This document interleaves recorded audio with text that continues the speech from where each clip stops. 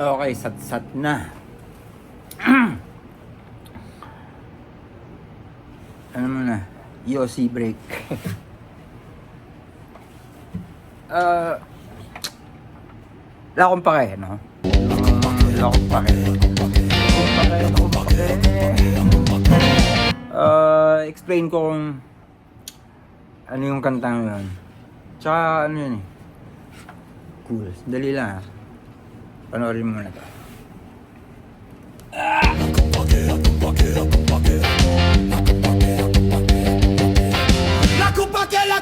la culpa que, la culpa que, la culpa que, la culpa que, la culpa que, la culpa que.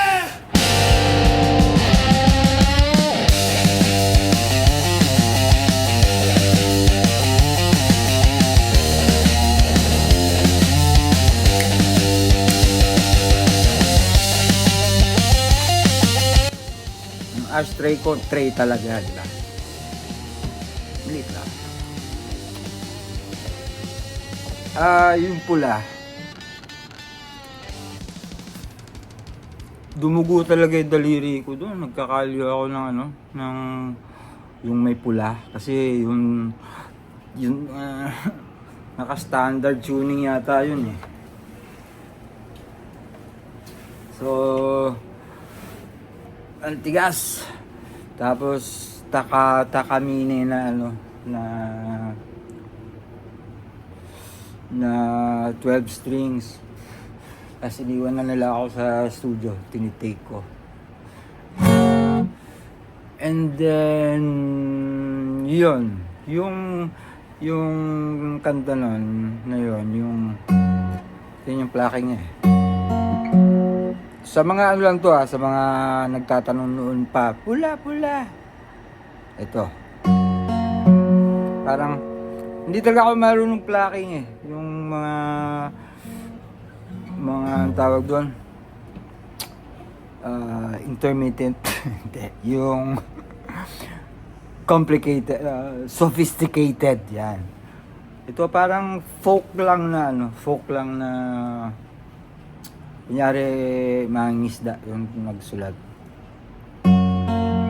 Yun yung pattern ko. Parang ting pong po. Tapos pag ikot mo, baliktad naman. Tapos yeah.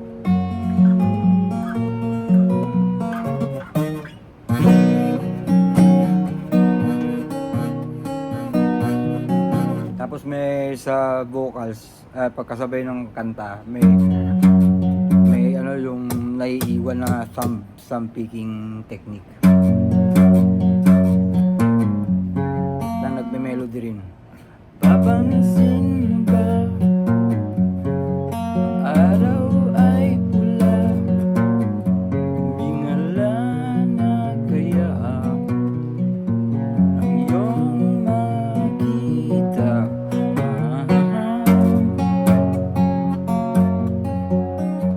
Naririnig mo ba mga ibon ay nag-aawitan? Sila'y umiiyak din minsan. Ano na lang yun. Nag-iiba-iba sa banda ron. Pero may nakaset. Pero kailangan mahabol mo yung one, di ba? So, tapos yung adlib niya,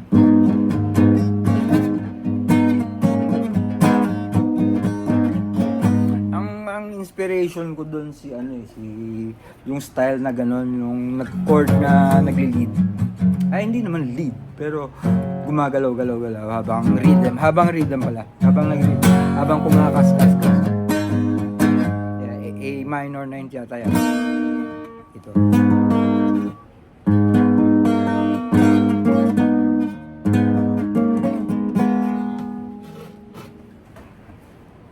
Yan. Sa malapit sa dalawa, sa baba nun, yun.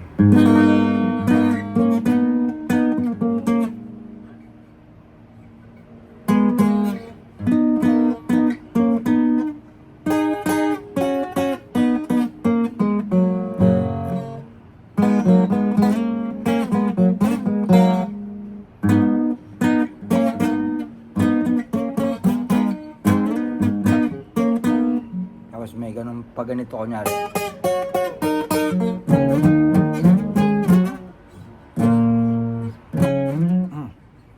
Ulit ah.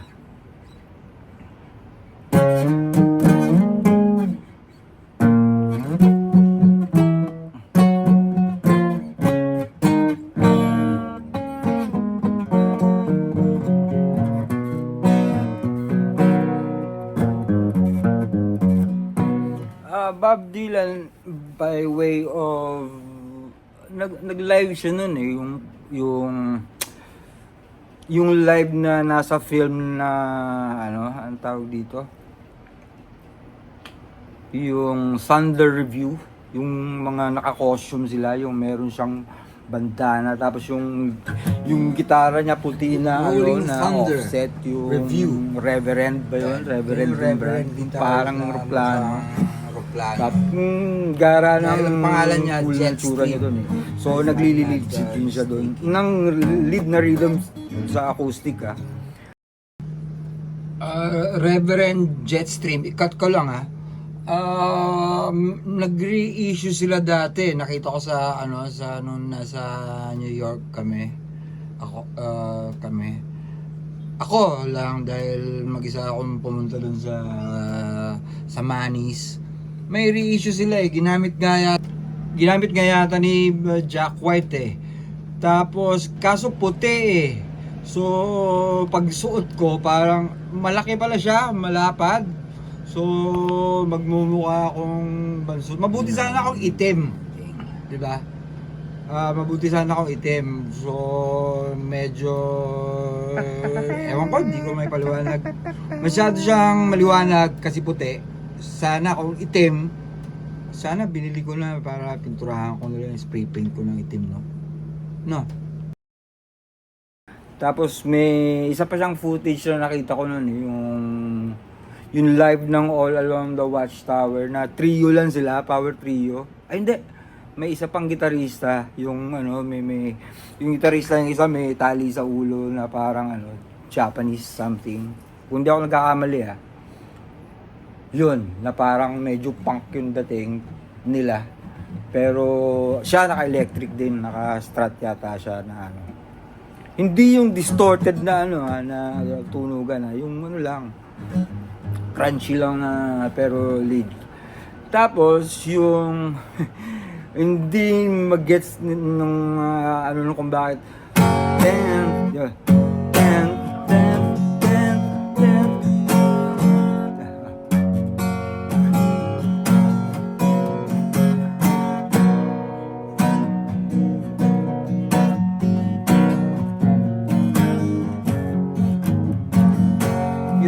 yung dalawang riff na yun, yung may isa paakyat eh.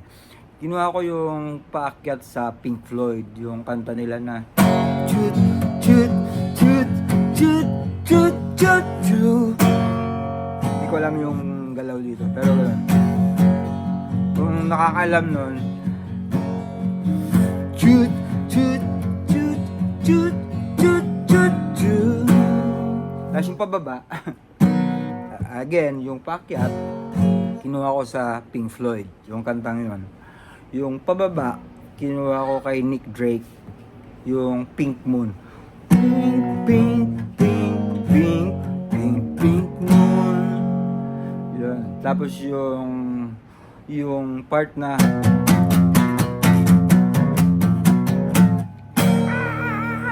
kinuha ko ka sa Flaming Lips, saka yung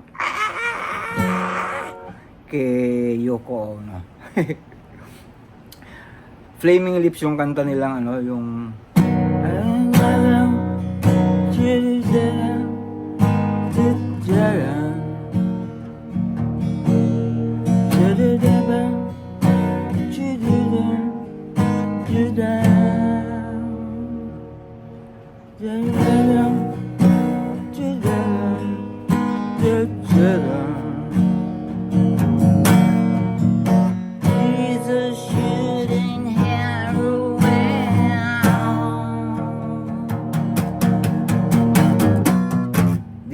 yun, kinuha ko yung hindi ko alam kung yung nota niya is to o ito, pero ito yung gusto ko eh, para yung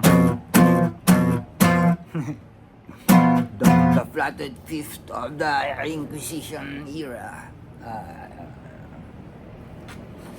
So yun, tapos so well yun, yung laman nun is Pink Floyd, Flaming Lips, Nick Drake,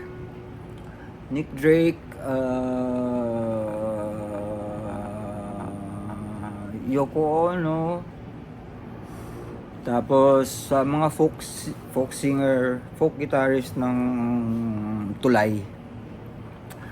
As yun.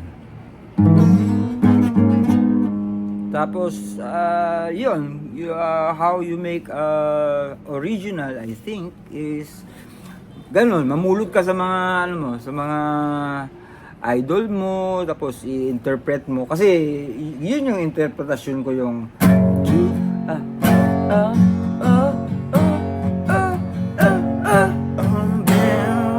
yun sa akin.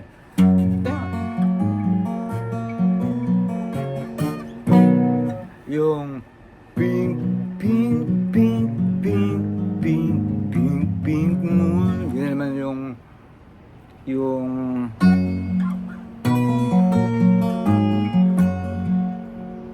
wala, di ko alam.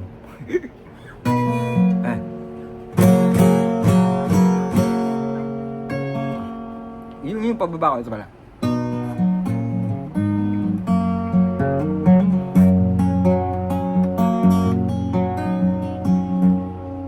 Ito pa pala, yung ang tawag dito, yung sa intro, yung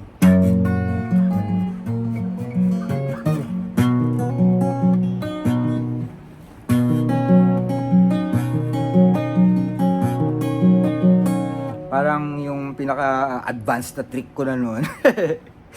yung pababa ito. Yung sa akin yung octave na paakyat naman yung isa. Yung isa pababa, ito paakyat.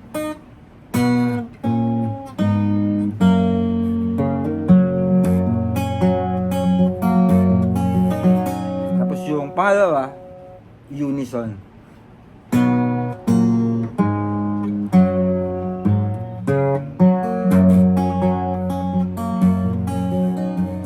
Mapansin mo ba,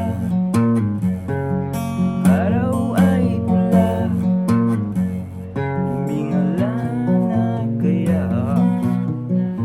ngayon makita.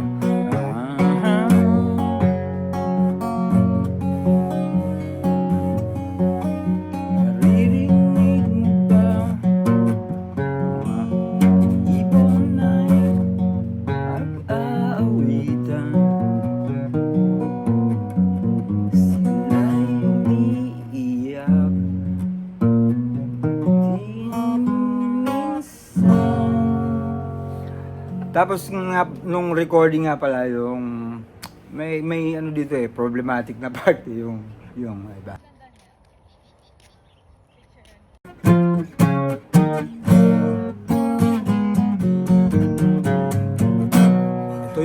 Ito yung ginagawa ko on the spot.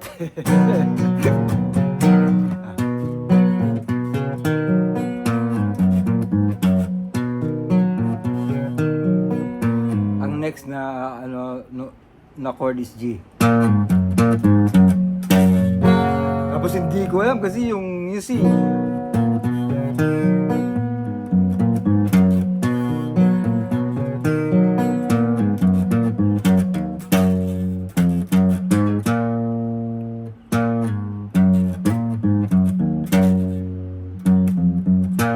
Ganun ba yun?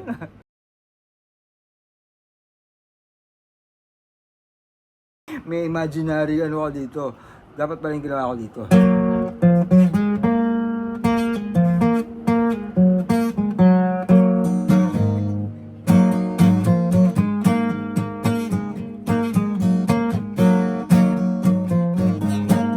Pero yun, pumasok si Buddy. Sabi ko, Buddy, help!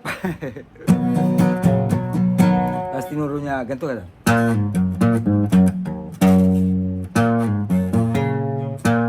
Tapos sige, alam ko na. So, iyon, yung melody na,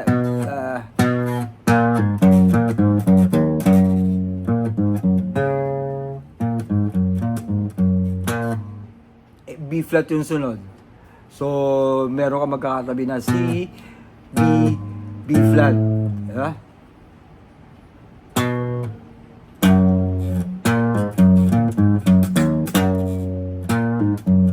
D.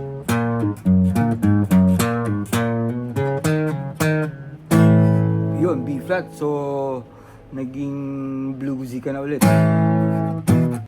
Tapos pagdating sa B flat,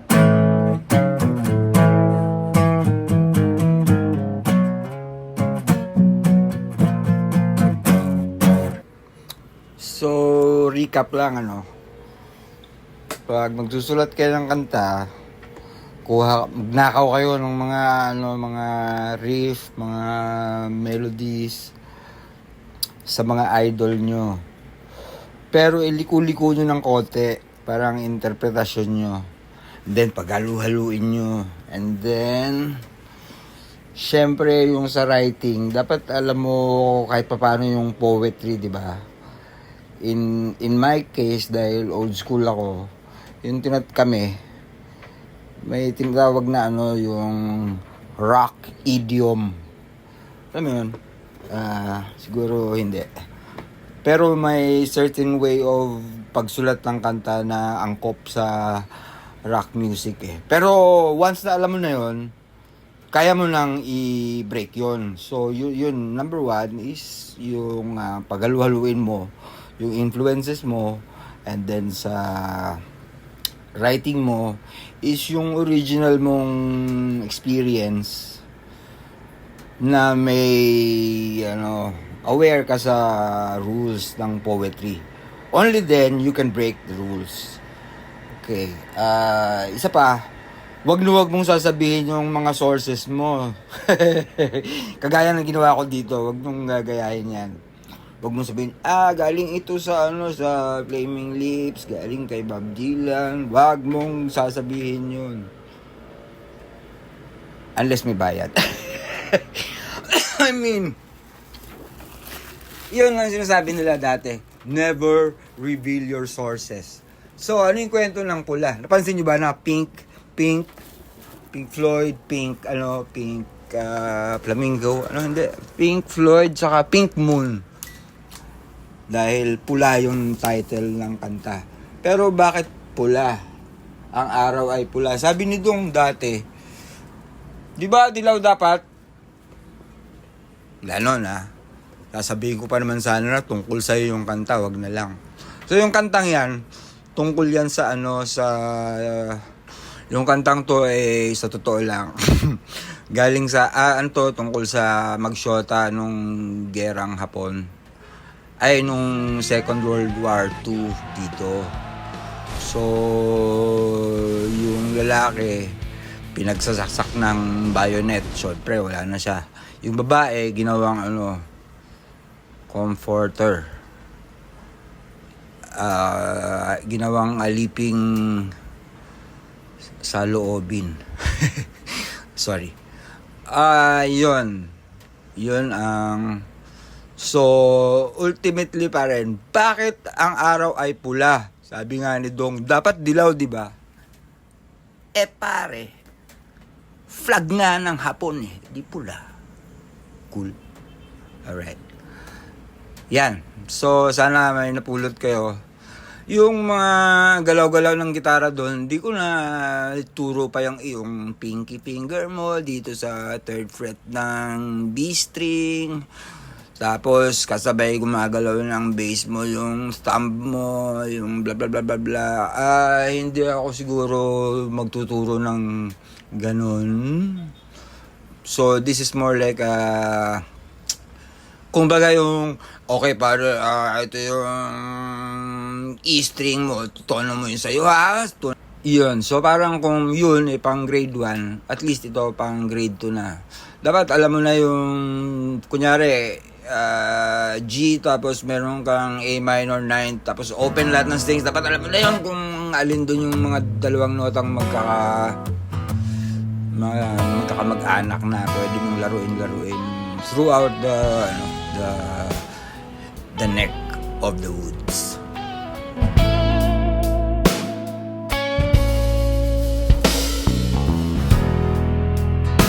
Power ballad baka mo. Ganito yan una, tapos teka. Ang labo nito, take two.